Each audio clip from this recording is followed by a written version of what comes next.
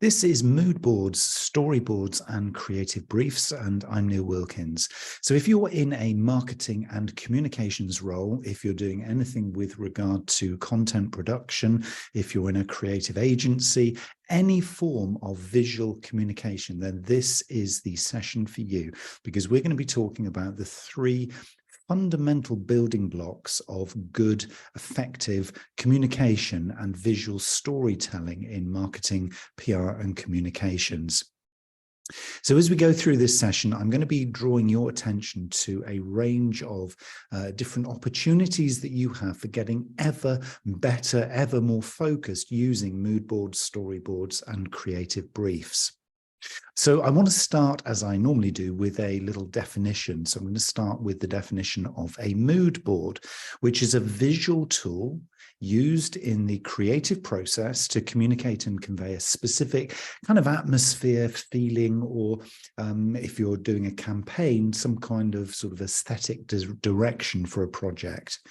Now, normally it will consist, as you can see, of a curated collection of images, maybe textures, colors. There could be typography, font style and design, and any other design elements that help you to convey the message and the feel of what it is you're looking to communicate. So if you're working with designers, clients, and other members of your team, this will help everybody to align on your intention for the look and feel of the project. Now, of course, you know, the starting point of any successful visual project is that it is consistent and that you are going to be getting what you want. So mood boards are often used in fields obviously like design, fashion, advertising, and the idea here is to establish a clear vision before starting the actual work, because of course without that you could be thinking something very different to a designer, very different to the person who's going to be pulling the project or campaign together, very different to the person you're trying to sell the idea to. So a mood board sets the kind of aesthetic, if you like, of the project or the campaign. So that is a very important building block. And we're going to go into how you do this, how you use these, how you create them, and some of the tools available as we go through this conversation. The second of our three in our mood boards, storyboards, and creative briefs is the storyboard. Now, as the name suggests, this is a visual, again, representation of the narrative. So typically the flow or sequence, which can be illustrations, it could be images, but the flow or sequence of events that you are trying to create. And of course, this would serve as a blueprint if you were creating any form of film, animation, video production, or the like. And the idea is that it outlines the flow of scenes and actions. And of course, if there's any kind of dialogue, if there's supporting content or a script, then you would be including these in there. And if you're creating some form of video, then this would be descriptions of camera angles, etc., etc. So why are we doing this? Well, again, this is helping to build the picture so that you can really create a consistency, if you like, if you're working with directors, videographers, a production team, an agency, helping everybody to really understand the visual storytelling of the project or the campaign so that they can pre-visualize, and this is a key word here, pre-visualize the final product. So the final kind of execution of this creative before you begin. That's really, really important, because you can imagine if you were creating the next blockbuster Hollywood movie, if you had an idea in your mind, but you hadn't storyboarded it, you can imagine bringing a camera crew in and saying, right, this is kind of the essence of what we're doing. I haven't storyboarded it. You go and shoot some stuff and I'll sit over here and I'll direct. And you'd find they would be shooting random things. You know, it just wouldn't join up. So this will identify any potential challenges before you start shooting or before you start crafting whatever it is in this visual storytelling that you're looking to create. So again, this is the second of our three kind of building blocks, if you like, that come together to enable us to tell a visual story. So the third element is our creative brief. So we've got our mood board, we've set the visual aesthetic, we've got a storyboard, so we know kind of the flow of things. And now what we want to do is create a brief that is a strategic document that outlines the reasons why. So the objectives, the requirements, the kind of expectations for this creative project. So it's going to be a guide for everybody involved. Again, all of this is kind of guiding and choreographing a flow of activities that gets you what you want to be delivering at the end of it. So you might be guiding designers, copywriters, and other creative professionals. And what you're doing is you're giving them essential information about the project's target audience, key messages, the visual style, the tone of voice, again, bringing into play the storyboard and the mood board, and any kind of specific deliverables that this project needs to be producing. Because obviously, if they know the end goal and they can have that in their mind's eye as well as they're working creatively on this, then you can be confident and they can be confident you're all working to the same end objective, the same end goal. So a well-prepared creative brief will ensure that everybody understands the goals. It will be there as a good communications tool for facilitating you collaborating between, if you're an agency, your client, and if you're on the client side, any creatives throughout this project or campaign's development. So without a brief, I mean, can you imagine what would happen? You've created this lovely mood board, so you kind of got everybody buying into the visual aesthetic of it. You've got your storyboard and you're thinking, yeah, it's all really good. I've plotted this all out, but actually I haven't told you yet why we're doing this. So without a context, without that kind of strategic view, it's very hard to really sort of get everybody's buy-in, because they'll only see their little piece of the pie or their little part in the activities. And what they won't necessarily understand is the bigger picture. What are we actually trying to achieve here? What are the end goals? Because of course, as a team collaborating together around delivery of the creative brief means that other people might come up with some really cool ideas, things that you hadn't thought of. And if they understand the overall project goals, there's a very good chance that they'll be delivering some strategic value to you as well. So there's a huge value in trying to figure out how you are going to, visually storytell within the communications that you do, but at the same time, really doing it in a collaborative, consistent, well project managed way. So what I want to do is kind of hone in on some of these elements here, because now we've got the 3 building blocks. We're going to do some deeper dives in just a minute. But what we want to try and do is really understand, some of the reasons why we'd want to be doing this. If we are looking to tell stories in a marketing sense or communication sense using visual media, so that could be imagery, could also be obviously corresponding words, but very much could be animation and video. And it might be sort of 3D metaverse stuff as well. I mean, all of these things apply. What we're looking to do here is to really sort of glean the importance, if you like, of these strong visual elements. So what we want is eye-catching imagery that captures attention. So we need to help convey messages very, very quickly through, effective storytelling in everything that we do. And of course, because today is so fast paced in every element of our digital landscape, we need to be doing this really effectively. We also need to think about emotional connection. Visual storytelling can evoke emotions which allow our audiences, our target audiences, really to connect with our brand on a deeper level and really create lasting impressions. If you were to just give somebody a list of stuff that you do rather than tell a story visually, it's far less likely they will be emotionally connected. And of course, it also allows for brand consistency. Again, maintaining a consistent visual style and tone across everything that you do will probably extend beyond this kind of creative brief and this particular activity. And it will just give a consistency. So no matter where, how, and when your target audience encounters your brand, they know it's you.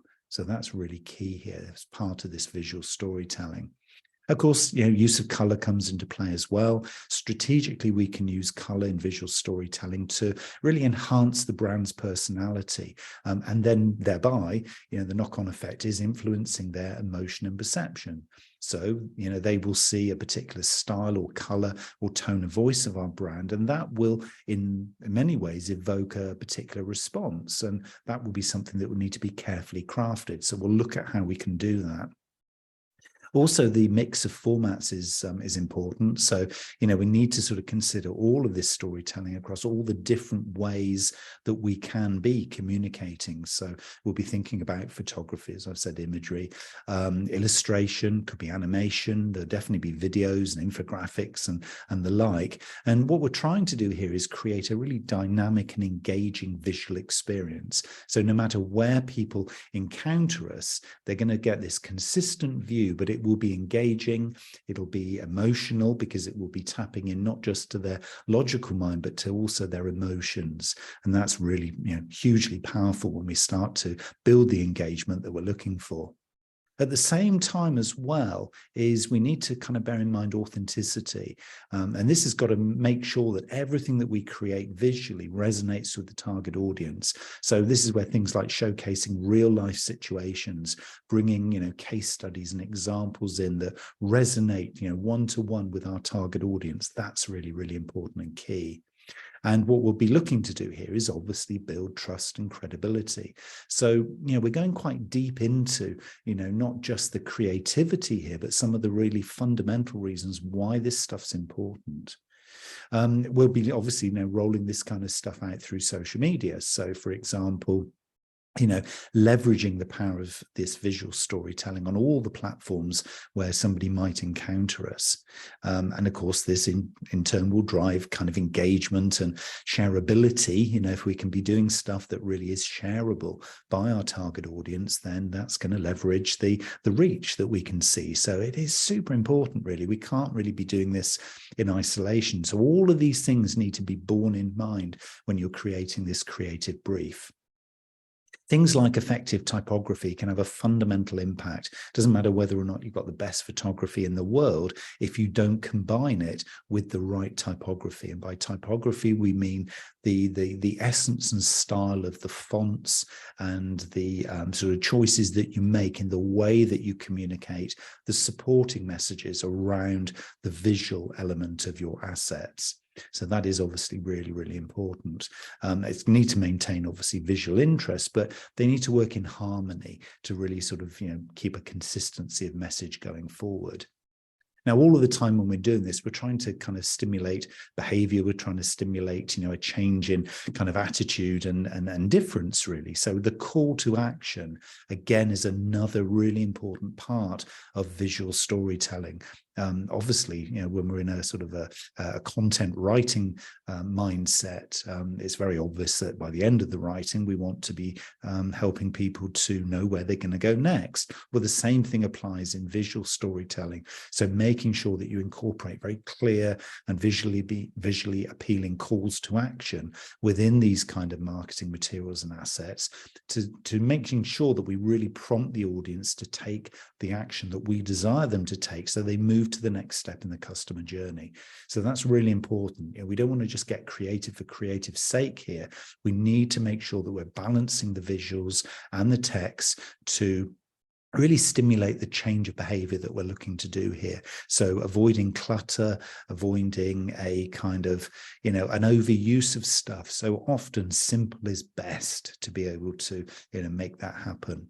And at the same time, making sure that we are adaptable in everything that we do. So visual storytelling strategies need to kind of sort of work across various channels and platforms, tailoring obviously for the specific mediums. So, some social media platforms, for example, will be sort of using square images, and others, it's more kind of portrait or landscape. So just kind of understanding the little nuances around the storytelling medium that we're going to be using obviously is really, really important at that kind of stage. So when we start thinking about the how we're going to do this, then we need to think about how we're going to actually align our mood boards, storyboards, and creative briefs so that we actually successfully complete all of the things that I've just mentioned. So there's a number of different kind of ways and processes, if you like, that we can do this. So we're going to start with a creative brief, we're going to create a mood board, develop a storyboard, collaborate and refine. So we need to get everybody's buy-in, and then be looking to kind of roll this out really as a project. So it's important to remember that when you're creating these kind of creative assets or these materials as a marketer or as a PR or as a communicator or as an agency, that it is all about outcomes. So this is process and project management as much as it is creativity. I think a lot of people get swept along by the excitement of the creative and forget that actually a lot of this is based around process. So that's what we're going to look at now. So we're going to start with the creative brief. If you're making notes here, this is all done in the order of play, if you like, for actually putting this stuff into practice. So if you're kind of making notes alongside this, then this is a good sort of method or process that you can follow. So we're going to start with the clear creative brief, establishing the campaign objectives, things like the target audience, your key message, obviously the brand tone and voice, but at a kind of a higher level within the creative brief. And then this document's going to serve as the foundation for the other stuff that we're talking about, your mood board and storyboard. So it gives that kind of context and that reason why, so that the person or individuals or the agency who are going to be using this, the designers, they get this kind of broader context.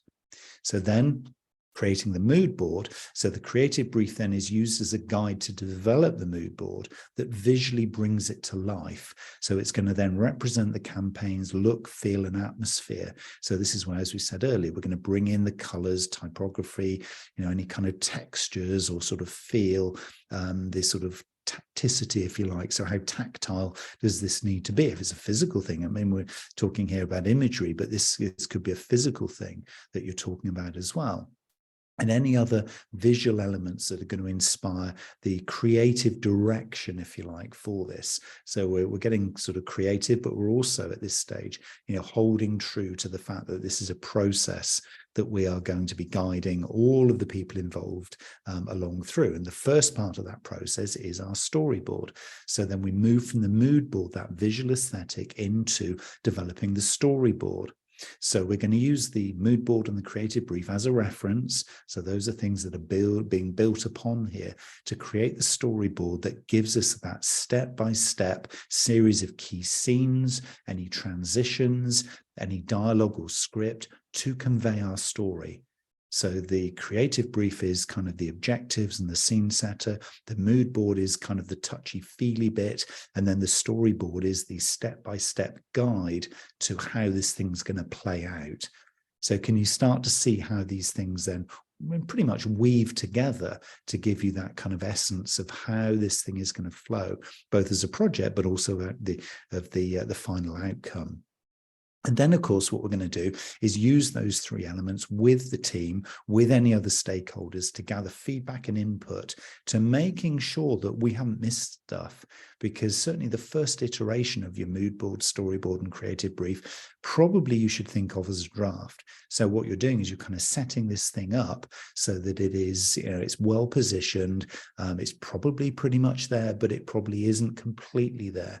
So ensuring that you're going to get this really good feedback from the specialists, from the experts, from the professionals. So your design team, your writers, your videographers, whoever it is who's involved in the team, making sure that you're able to capture any revisions based on that feedback so that you then can go confidently into the project knowing that you have everybody on board because they've been given the space and opportunity to contribute, their expertise back into it. Again, often this is missed in that client agency relationship unless both parties have got this really open, sort of honest dialogue going on. So that's important.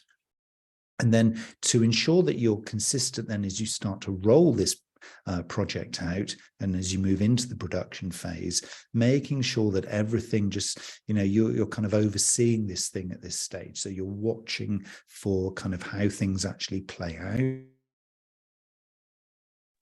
You're watching to see that the brief is being fulfilled, and that how close really the final outputs are in alignment with the campaign objectives and target audience. Now, if you're talking about a small campaign or small project, this would be something you probably might do once or twice as you go through the production phase. But if it's a much bigger ticket item, so maybe it's a big corporate video, or it's a much longer campaign, or a series of assets or materials that you're creating, then the really important thing that you're looking to do here is to make sure that you're kind of, reviewing as you go and reviewing with anybody else who is involved. And that's going to be important because, whilst you are the custodian of this process, you do want to make sure that everything that's happening as you go through this is reflecting the direction that that creative brief had set, so that you're hitting the campaign objectives. The target audience ultimately is going to get exactly what they need for that behavior change. So you're adding value to the business. What you're not doing is just creative for creative's sake. And again, a lot of people fall at that kind of hurdle, because it's really important to make sure that you're monitoring and evaluating the performance, particularly if this is a campaign that you're going to switch on and turn live, so that you're actually tracking the performance using the metrics that you've outlined in the brief. And if you've got any key performance indicators, and keeping everybody involved. I mean, a lot of people are going to be really interested to know whether or not, their creative outputs have made a difference. So making sure you're reporting back to everybody who's involved, even if you think, well, they're just a copywriter and we just get them in to do the work occasionally. And they will be curious. They will be wanting to know, how did that turn out? So, this sets you up really nicely if you manage this well for future campaigns, future creative briefs, future projects working with these people.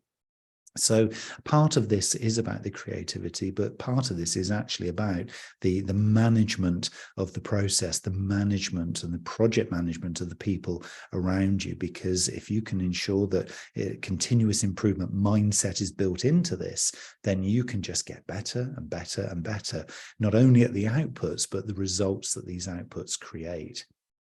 So this can be really effective if you get this right. So what I want to do now is go in a little bit deeper into each of the three areas of mood boards, storyboards, and creative briefs. And then when we come to the kind of rounding of these things up, I'm going to give you some examples of how you can do some of this stuff. Using various tools that are available, because, obviously there might be some missing elements in here. You think, oh, we don't really do that. That would be useful to know. So I'll share with you towards the end of this some of the tools that you can bring into play if you're not doing all this stuff right now.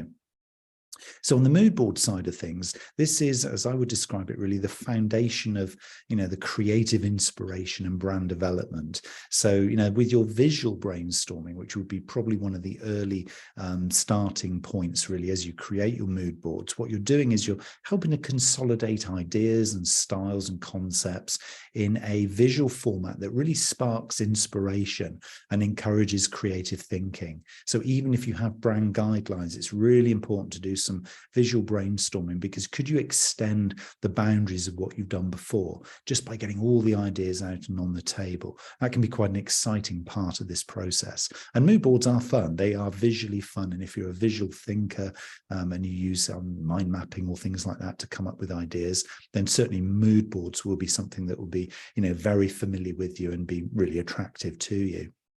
Then as you move into the development of the theme, mood boards enable you to establish, a clarity of the theme, which is a really strong foundation for cohesion of the design or the creative outputs that you're looking for. So what you're doing is you're starting to see things evolve and emerge from the mood board that you might not have otherwise seen. So what you're looking for here is kind of an essence of the feel of what's going on. And of course, then as you start to see things emerge, color palette selection is vitally important, because, as you're looking across particular scenes in your storyboard, or you're looking maybe to push the boundaries of the brand that you have at the moment, showcasing different color combinations and schemes within your color palette allows then the mood board to kind of really refine down to what is the color palette available for our designers and creatives to use. So it's as much about saying what you're not going to do as it is what you are going to do. So maybe choosing a signature color for this particular campaign or project, and then choosing the palette around that signature color so that there's a consistency, but there's also a little bit of creativity brought into it as well. And then from that, you can move to your kind of material and texture exploration. So the mood board allows you to be exploring, as I mentioned before, the more kind of tactile nature of the particular sort of project or materials you're going to do. So, are you looking for hot and cold? Are you looking for, harsh or soft? Are you looking for, sort of other kind of rough or smooth? So almost having like little volume controls, if you like, on some of these spectra. So if you kind of created a spectrum for sort of hard or soft, for example, with hard on one end of the spectrum and soft on the other, where's your little slider going to end up? A mood board allows you to kind of move that slider in collaboration and in meetings with other people. So you can kind of agree, oh yeah, it's there at about the kind of 4 out of 10 mark. So maybe slightly towards the harder end of the spectrum. And again, that just sets this kind of scene in terms of the material and texture that you're going to be exploring and working with. And as you start to do that, making sure that this is going to appeal to your target audience. So, you can help to identify some visual elements that are going to resonate with them. And then, of course, what you're doing is you're beginning to set the expectation that the final design is going to effectively communicate that intended message that you're looking to do. And as of course, all of this stuff, and what you're doing here is with this mood board, you're really creating or curating in many ways collaboration. So what you're doing is you're using the mood board as a really invaluable tool for getting people to bond together in the decision making that goes into the kind of softer, more subjective elements of this particular project. So if you're looking for collaboration between designers, clients, and other stakeholders, this allows everyone to align kind of the creative vision and expectation of the project, really, really clearly. And it's exciting to see these things emerge and build. So as you're doing your mood board, what you want to be doing is making sure you give it enough time, give this thing enough time to enable you to really kind of explore and play with it and enjoy the process. The style and tone, for example, is a really, really important one. So I talked there about sort of hard and soft. You could be looking there at sort of having other kind of spectra, if you like. So you create a little spectrum with a slider, and in collaboration, you're kind of talking about kind of tone of voice will be loud or quiet. Where for this particular project or this particular campaign do we want to be? And it might be slightly different to your normal brand. So therefore, you can get into those kinds of conversations. Style and tone of voice is a really important one, particularly if you're looking to maybe launch a product and you have a very gentle, very sort of soft, soothing style of brand, but you want to get a product out there and you want to shout about this product. Well, what's the tone of voice going to be? Because shouty isn't in your brand style, but you need to be quite vocal about it. So, using the mood board to really establish what is appropriate within your brand guidelines, but that kind of really feels right. And of course, a lot of this is about feeling. And what you're doing here as part of the whole kind of process of doing this and establishing, good quality time in here is that you're actually, in the long run, actually saving time, because by doing this early on, you are going to be reducing the need for lots of revisions, lots of toing and froing, back and forth discussions. You're going to find that this will save time in the future. So if you can really nail this mood board early on, not only is it an inspiration and an archive for capturing ideas and referencing for future projects, which of course it will. Of course, it will build confidence that everybody's aligned and going to be all working together. But it kind of allows you then to kind of not have to retrace your steps, because what you're doing is you're creating something that's quite versatile. It's going to be something that could be quite adaptable. If you find then when you get into the production phase, things are getting a little bit tricky to actually deliver this within the brand guidelines that you already have, then you can kind of go back to the mood board, go back to the table, and then maybe just adjust and change some of these things that were previously agreed. So it really is a really good building block. It's a real foundation for this kind of stage of your process. So what we're doing is we're kind of getting closer and closer, if you like, to kind of aligning all of these things. And the same kind of approach really works with your storyboards. And so what we're trying to do here is, whilst the mood board is the scene setter, it's the thing that's going to kind of bond us together, the storyboard is going to be this hopefully compelling fuel, if you like, for the project. So it's going to allow us to establish a really clear narrative. So we're going to be able to kind of define the key messages, the certain points where those messages are going to be told within the longer story, and just making sure that as at each of these steps of the story, the kind of the messages and the communication, it kind of joins up and it makes sense and it's getting out there. So it kind of resonates with the target audience at every step. It will help us to, by using all these consistent colors and typography and imagery, tell the right part of the story at the right time in the journey of the story. So the storyboard allows you then to really kind of emphasize some of the more key moments, or the really key scenes, or those points where, you need to be leaving a lasting impression. So the storytelling plotting is so critical, much as you would in any kind of, say, presentation, or any kind of, if you're writing a book or something like that, or even a blog, you know that you've got a start, a middle, and an end. Well, the same thing happens when you are choreographing any kind of creative in this way that we're talking about, is you need to be then sort of putting in place, some very clear moments within the journey of this storyboard, so that you can incorporate things like motion and transitions that lead to these highlights. So that if you were to create a show reel of, the most important bits, the designer, the creative, the videographer, the content writer, they know when those key moments are. So what you're doing is you're getting tighter and tighter and tighter on when those key decision points, particularly from the audience's perspective, when they get to kind of see or watch or feel or hear this output, that they know that, okay, now's the time I need to click the button, or now's the time I need to kind of do this particular activity.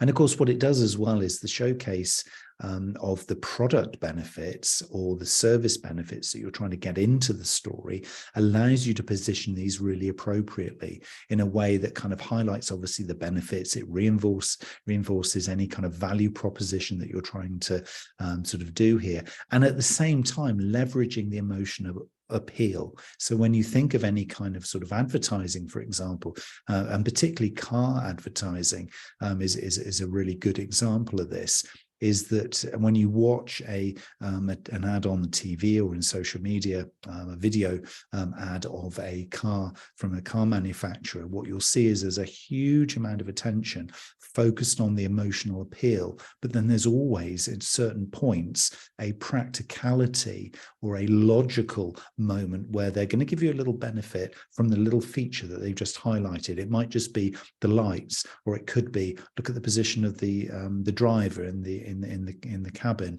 or it could be look at the way the tailgate does a certain thing, or whatever it is. They'll subtly put in particular product features at certain points in this visual emotional journey. So the whole thing is created as this wonderful lifestyle, but what they're doing as well is they're putting product placement at a very granular level inside that journey.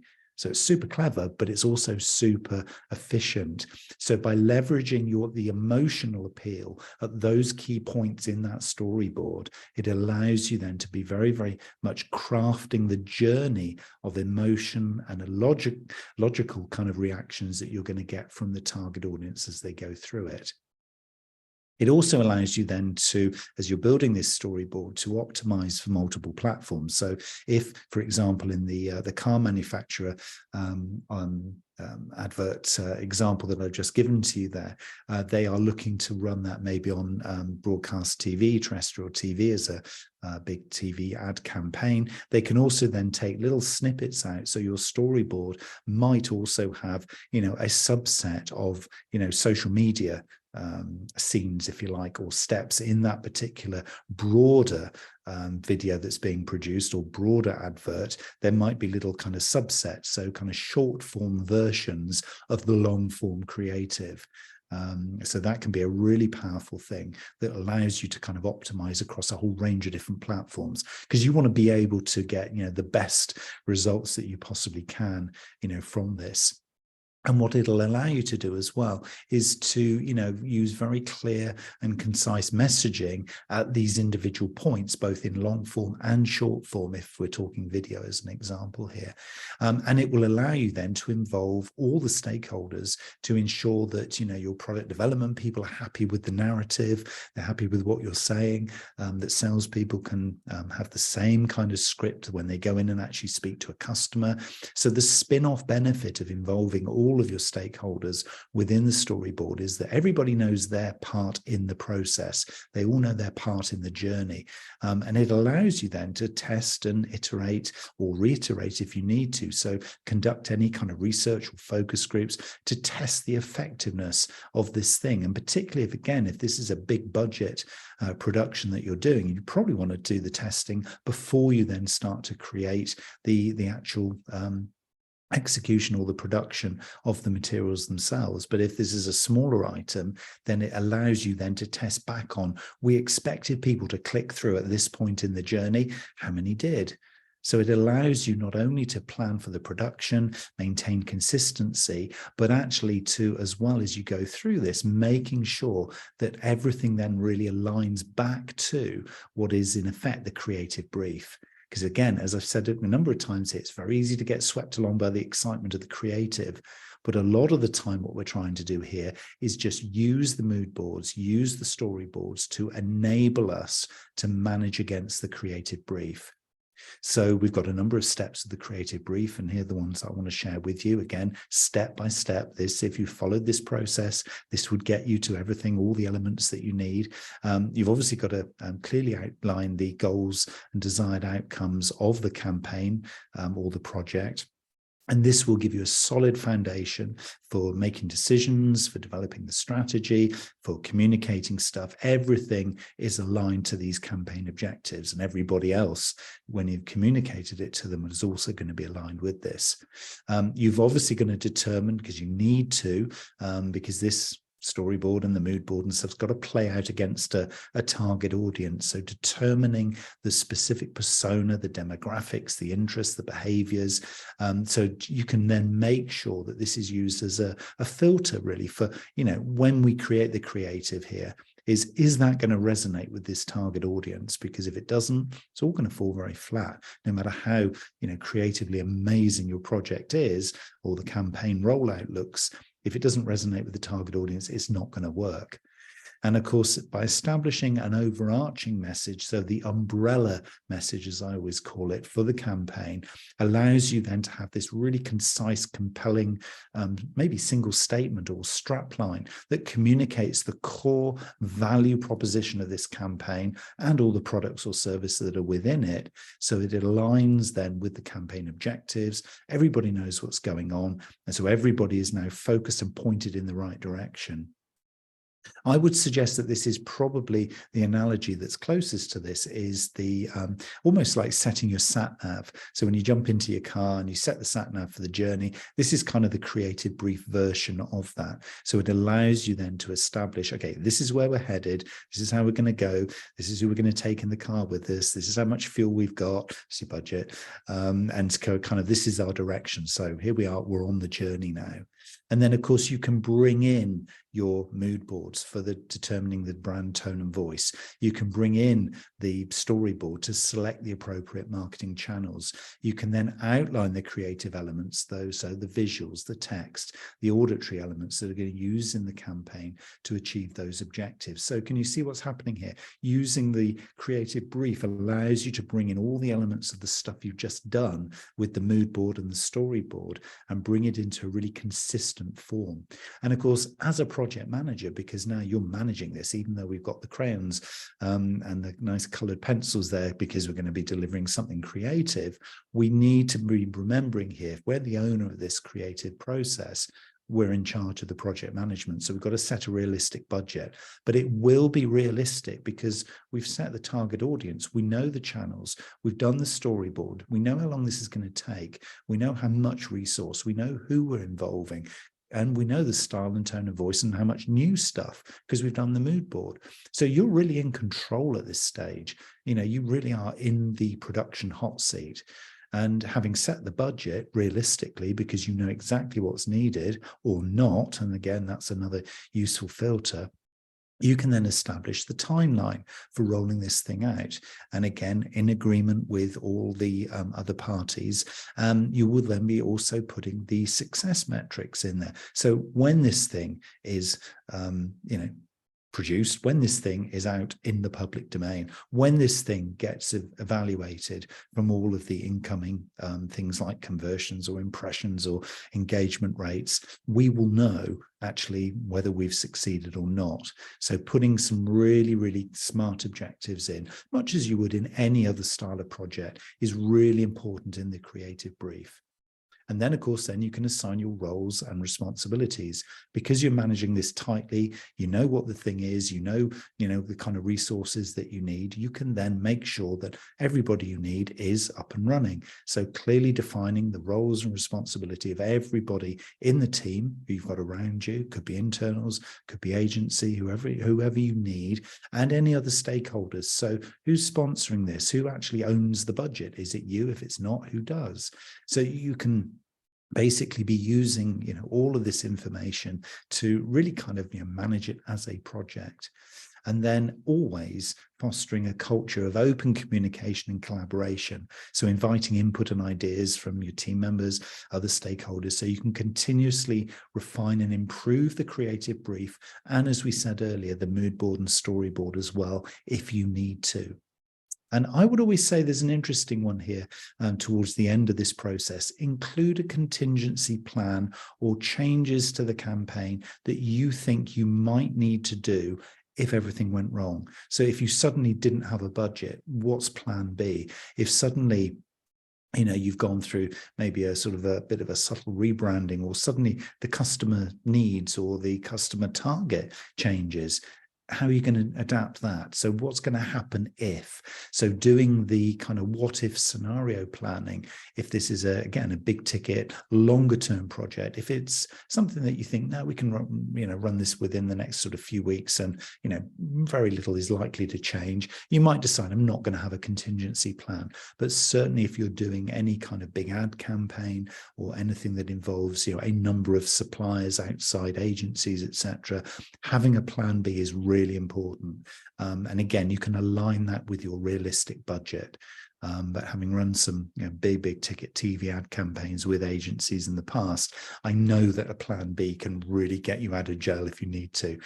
So it's a really important thing to be factoring in if you feel that you might need to fall back on it. And make sure that everybody as well is aware of the contingency plan, so they know that you're not going to do it unless you have to, but there is a plan B, and this is what it is. So when we talk about a culture of open communication, encouraging collaboration and feedback, make sure you're honest, outgoing with the content and the information as well, so that everybody's on board, everybody knows where they stand, and then everybody be in a good, confident place to work with you and for you to drive the whole thing forward.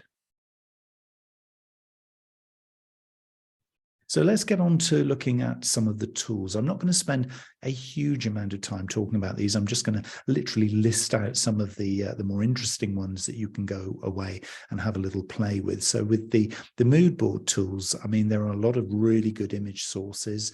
There are color palette generators. Often these are kind of almost unknown, if you like, by many kind of marketers and communicators, but they are really, really important for creating a real harmony around the kind of color schemes that you work with. Typography, which I've mentioned a couple of times, is really, really important, so that you can find and maybe pair fonts. If you don't have brand guidelines right now, this might be something that is quite new to you, but the putting of fonts together so that they work well in collaboration, they need to be in harmony. Again, much like color would be, typography needs to be together as well. So there are some resources that you can explore and play with there. And of course, mood boards, we talked about mood boards in quite some depth. So if you want to go beyond the typical Pinterest, for example, which has always traditionally been a very, very popular place, there are some creation tools within the likes of Canva for organizing and compiling visual elements that can work really, really nicely for you. So from a mood board perspective, that might be useful. From a storyboarding, you can often just basically get some paper and pens and some markers and just start doing it by hand. You do not have to be a professional artist to make a really effective storyboard. If you've got some ideas in your head and you just think, I just need to get these onto paper, that's where the phrase getting the idea onto paper comes from. So have a little play, have a little sketch and see what you can come up with. If you're looking to get a more, could call it professional approach, and you're not a digital artist or a professional fine artist, then you can be using a lot of different opportunities like Sketch or Procreate or Adobe Illustrator for creating digital storyboards. And these are very, very good ways of very fast track creation of storyboard panels.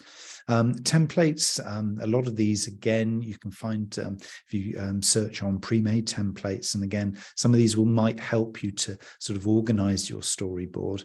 And if you're looking to do this from a video editing perspective, then any of the top Adobe Premiere Pro, for example, Final Cut Pro on Mac, or DaVinci's Resolve can be used for creating kind of a more sort of animated version. For example, if you wanted to put into place particular examples of pre-existing sort of animations or video clips that you want to then storyboard with, you might find that's quite good. So animation or motion storyboards is another option if you want to take things to the next level. But my guidance initially would be, keep it simple. Maybe just get the pen and paper out and start sketching, because you might find you can get 80% of what you need just from what comes out of your head, and you can get onto paper. Creative brief tools, you can keep it very, very simple. Just do something in Microsoft Word, for example, for just creating the brief. But you will find that there are platforms out there for creating these kinds of things, and certainly for project management. A lot of people using things like Basecamp, Asana, or Trello for organizing the timelines and the tasks and the resources. And if you want to get people chatting, well, obviously a lot of us are using the likes of Slack and Microsoft Teams now. So make sure that you're putting into place things that work for you and your organization. So again, not necessarily trying to create anything new here, but just tap into the ways that just make your life easier in terms of collaborating and communicating. But I would say definitely using the sort of word processing software that you already have to create and format an effective creative brief at the outset. Again, keeping it simple. You don't have to overcomplicate this, and do a search for templates for creative briefs, and you will find many, many options, some of which hopefully will match your working style in your organization. But I would say, and this is my big tip to round this off, is that remember that the specific tools you choose may depend on the organization that you're in, the team dynamics, the project requirements. So don't over engineer this. If you need to keep it simple because it's only a simple project, then do that. But you do need all three elements: the mood board, storyboard, and a creative brief, even if you keep it super simple. And make sure that you experiment. You probably won't get this right first time. I've been doing this kind of stuff for many decades, and I still find myself learning new tools come into play, and you think, oh, actually that could improve what I was doing last time. So it is a constant, ongoing, continuous journey. And for me, that's what makes it really exciting and interesting. And of course, would you sell? Would you sort of share one of the questions that's come up in the Q&A box here? And if you do have any questions, by the way, pop your questions into the chat or into the Q&A. How do you prefer, says Alison, how do you prefer to share your mood board, physical presentation to the client, or using whiteboard sharing software to make it more collaborative? And if the latter, which software do you favor? I mean, collaboration is key, Alison. I would say that, whatever and however the size of the project. I would say that personally, I would be using something like, and I've always found actually this to be a really, really neat one because you can collaborate in real time. So I would be using, to get initial ideas into play, I'd be using something like Pinterest if it was me. For a mood board, I think, that is still a very, very reliable resource that you can use for free. You can go in there and play, and you can bring in stuff that is very persona focused. So I love this question because it reminds me to say, a lot of this stuff, you need to be able to see your target audience, your target persona in the journey that you take, creating the mood board and the storyboard and the creative brief. If you can't see or feel them in there, then you might be slightly off target. And the lovely thing about Pinterest is it allows you to bring in, images of your target persona as well. So how you see them in your mind's eye, bring them into play in the mood board. And it's a lovely way of just kind of double checking that you're actually on the right track. And then if you're looking for additional collaboration, I would be using some kind of whiteboarding. I mean, for me, my go-to at the moment is Mural. So I use the Mural whiteboarding platform, and I'd be bringing all of the assets that I might have sort of created or curated within Pinterest. I'd be bringing in an equivalent maybe into Mural so that I can then manipulate how they then sit together. And then I'd be using, that combination of those two things to, really kind of tell a story, because at that stage, it's a visual storytelling that you're doing. So that is really quite, it's a really, really good question, because you've got to make sure this thing is practical. But I would say, going back to those lists for the mood and storyboards, excuse me, is, just experiment, play, over the next maybe 2 or 3 campaigns or projects, or tasks that you have, go away and have a little play, see which ones resonate, see which ones you enjoy, and then, just keep adapting, keep experimenting, find the ones that work best for you and your team. And I wish you every success in your journey in this whole creative space, whether you're agency or you're on the marketing client side.